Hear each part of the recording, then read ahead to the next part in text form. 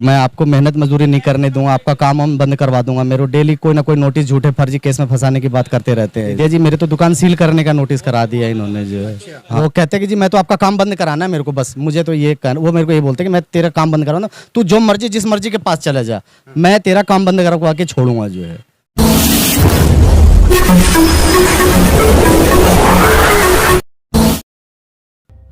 मैं एम नफीस रशीद, आप देख रहे हैं भारत न्यूज़ 247। आज के ज़माने में कारोबार करना कितना मुश्किल हो जाता है ये तो जानने के बाद ही पता पड़ पाएगा। क्योंकि अगर कोई आदमी कारोबार करना चाह रहा है और उसको कोई कारोबार ना करने दे या झूठे सच्चे इल्ज़ाम लगाकर उसको परेशान करे, तो सोचने की बात यह है कि आदमी करे तो आखिर करे क्या। एक पढ़े लिखे के और एक मजदूर के बीच की लड़ाई का नोटिस यानी कि मेरे हाथ में है, और इसमें साफ साफ लिखा है भारतीय लेबर यूनियन की ओर से कि एक जितेंद्र नामक व्यक्ति जो कि मजदूर है, अपनी दुकान चलाता है, किसी न किसी तरीके से बच्चों परिवार का पालन पोषण कर रहा है। और उसी के अंदर फिर ये लिखा हुआ है कि एक एडवोकेट हैं, एडवोकेट साहब जिनका नाम दिलीप कुमार सूर्यवंशी है, वे नोटिस पे नोटिस भेज रहे हैं सिर्फ इसलिए कि इसकी दुकान ख़त्म हो जाए। इसी संदर्भ में भारतीय लेबर यूनियन जो है धरना प्रदर्शन करने जा रही है 6 सितंबर को, और डीसीपी को इसका अवगत करा दिया गया है। इसी तरह जितने भी क्षेत्रीय थाने और एसीपी इन सब कुछ अवगत करा दिया गया है। और मैं जब यहाँ पहुँचा, जब हमको ये मिला तो मैं आया, मैं जान लेते हैं सच्चाई क्या है। तो ये लोग यहाँ पर हैं सारे के सारे। जितेंद्र आप हैं, आप ही जितेंद्र हैं? क्या है ये नोटिस? ये नोटिस ये है जी, ऊपर हमारी दुकान के ऊपर एक वकील साहब रहते हैं, वो हमें कहते हैं कि ये तुझे नहीं पता, मेरे सारे अफसर जान पहचान के एनजीटी एमसीडी सारे मेरे अंडर में चलती है। आपको पता नहीं है कि आप किससे वो कर रहे हो। मैं आपको मेहनत मजदूरी नहीं करने दूंगा, आपका काम हम बंद करवा दूंगा। मेरे को डेली कोई ना कोई नोटिस झूठे फर्जी केस में फंसाने की बात करते रहते हैं। नोटिस आ गए होंगे आपको? मेरे पास कम से 3-4 नोटिस दे दिया जी। मेरे तो दुकान सील करने का नोटिस करा दिया इन्होंने जो है। हाँ, इन्होंने जैसे चलिए नोटिस हो गया, ठीक है, सील करने का भी हो गया।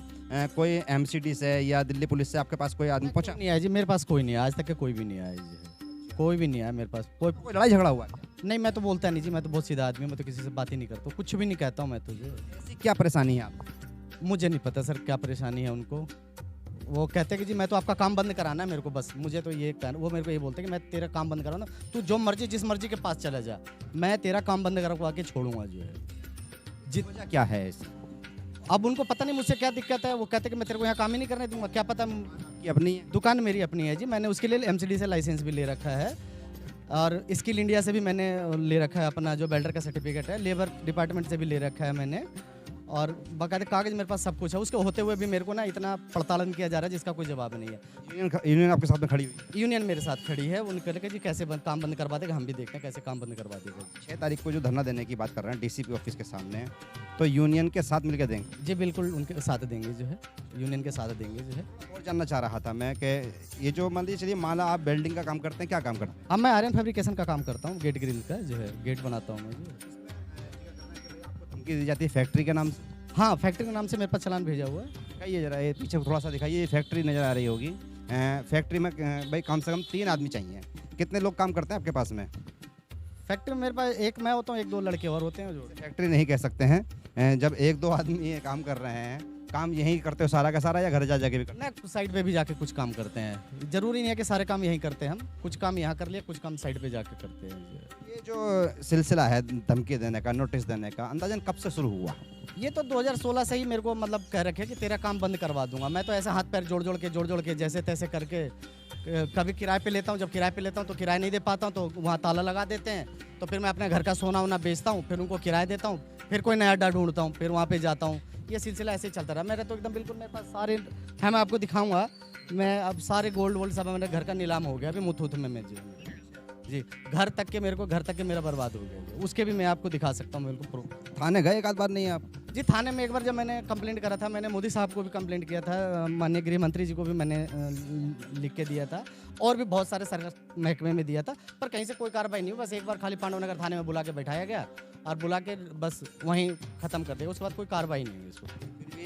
थोड़ा सा आगे ये थोड़ा जानना ये चाह रहा था, जैसे जिस तरीके से आप इसमें लिख रहे हैं, बहुत कुछ लिख दिया इसके अंदर, तो मैं अगर इसको पढ़ने बैठूं तो काफ़ी लंबा प्रेस नोट हो जाता है ये।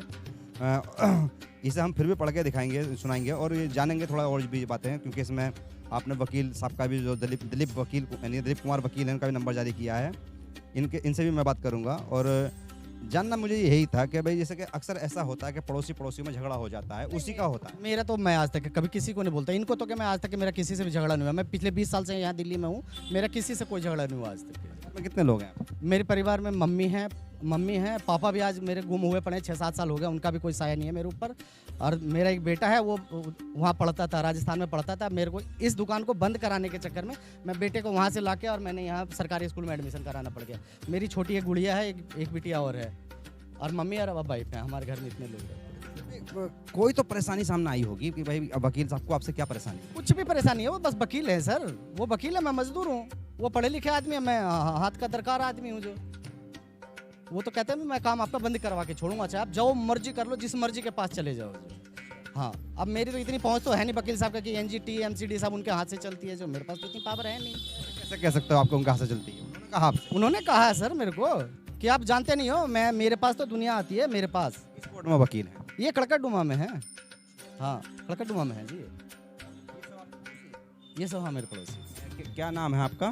जी हैदर। जानना ही चाह रहा था कि मालूम है इनके झगड़े का क्या है? जी झगड़ा तो कुछ नहीं है, हम तो यहाँ पे काम करते हैं दुकान पे आके, और वो वीडियो बनाते हैं वकील साहब आकर, और हमें भी धमकी देते हैं कि हाँ तुम्हें ऐसे केस में फांसेंगे, पीछा नहीं छूटेगा ज़िंदगी भर। तुम कौन सा केस होगा? आप यूनियन से हैं, मैं जानना ही चाह रहा था कि क्या आके बताया इन लोगों ने आपको, और क्या सारा झगड़ा क्या है ये? इन्होंने मैटर वही बताया कि उसके साथ परेशान कर रहे हैं। इन्होंने नोटिस भी दिखाया, इन दौरान में मैंने फिर इनको चिट्ठी भी लिखी, मेरे मोदी को भी लिखी, अमित शाह को भी लिखी, केजरीवाल को भी लिखा, दिल्ली पुलिस कमिश्नर DCP सबको लिखा, मुझे कोई रिस्पॉन्स नहीं मिला। तो लास्ट ऑप्शन मेरे पास ये रहा कि मैं इनको धरना पसंद की चिट्ठी कल मैं लगा आया हूँ। जान पा रहे हैं इस इलाके में आके, ये पटपड़गंज का ही इलाका है और ये इंडस्ट्रियल इलाका है, यानी कि गाँव भी है और लाल डोरा में भी आता है ये। तो यहाँ तो कारोबार करने की इजाज़त है, तब वकील साहब क्यों परेशान कर रहे हैं? ये उनकी पर्सनल कोई मैटर होगा तो वो मेरे ऊपर खुलासा नहीं है इसका। मतलब ये मजदूर आदमी बेचारे गरीब आदमी कहाँ जाएंगे? इनके साथ 6 मजदूर काम करने वाले हैं, घर समझ रहे हैं एकदम ऐसा तो कोई झगड़ा होता नहीं है किसी का कारोबार बंद कराने का। हाँ कुछ उनका पर्सनल हाँ रंजिश होगी पर्सनल, या तो ये नहीं बता पा रहे हैं या फिर वो नहीं बता पा रहे हैं क्लियर। हो सकता है दोनों आमने सामने हो जाए, पॉसिबल हो सकता है। हम तो अपने मजदूरों को कहने पाए हैं, बेचारे मजदूर हैं, इनके भी बच्चे घर में हैं, भूखे रहते हैं कि हमें खुद हेल्प करना पड़ता है इन लोगों को, तो क्या करें फिर? हमें इसलिए एक्शन लेना पड़ा हमें अपने लेटर पैड पे। 6 तारीख के धरने की इन्हीं के ये बात कर रहे हैं, और परिवार के साथ बैठेंगे आप? हाँ, परिवार के साथ बैठेंगे। परिवार के होगी? नहीं, परिवार के साथ बैठेंगे सर। देखिए नेतागिरी नहीं हो रही है, ये तो परिवार के साथ में बैठने की बात कर रहे हैं ना। इसके अंदर एक बड़ी बात हो जाती है कि भाई परिवार के साथ में आदमी धरने में बैठेगा सिर्फ इसलिए, तो फिर आप लोग क्या साथ दे सकते हैं इनका? हम इनके फुल बहुमत में इनके साथ में कि इनकी दुकान सील ना किया जाए, इनको काम किया जाए, यहाँ देना जाए, परमिशन फुल होनी चाहिए कि लाइसेंस इनके पास है, कागज़ भी इनके, रजिस्ट्री इनके नाम है, इन पर कोई कमर्शियल जगह है, इनमें कोई वो नहीं है, बिजली का मीटर है, कमर्शियल जगह है, काम करने का इलाका है। अगर मैं दिखाऊं तो यहाँ पर कुछ ही दूर पर यानी कि रोडी बजरपुर भी फैला मिलेगा आपको, आगे और भी यानी कि बहुत सारे पत्थर की ईंटों की दुकानें हैं। सब कुछ यहाँ पर मार्केट के यानी कि वो काम हो रहा है जिससे मकानों को तैयार किया जाता है, सुंदर बनाया जाता है। पर नहीं मालूम, ये तो अब वकील साहब जो कि इसमें लिखा हुआ है वकील दिलीप कुमार सूर्यवंशी जी से बात करने के बाद में ही मालूम पड़ पाएगा असल माजरा है क्या। क्योंकि इस तरह के अगर नोटिस पे नोटिस देना या किसी मजदूर को धमकाना या उसको परेशान करना, कहीं ना कहीं बेरोजगारी को बढ़ावा देना है। कौन तैयार होगा भारत में इस तरह की उल जुलूल बातों के लिए? मैं तो सुनकर भी हैरत में हूँ। अब देखना यह है कि भाई हम उनसे भी बात करते हैं क्या वो बोलते हैं। बहरहाल ये तो मेरी कोशिश रहेगी कि अगर ये लोग यानी कि 6 तारीख को धरना देते हैं तो मैं फिर दोबारा कवर करूं, क्योंकि इसमें प्रशासन इनका क्या सहयोग करता है। मैं एम नफीस रशीद, आप देख रहे थे भारत न्यूज़ 247।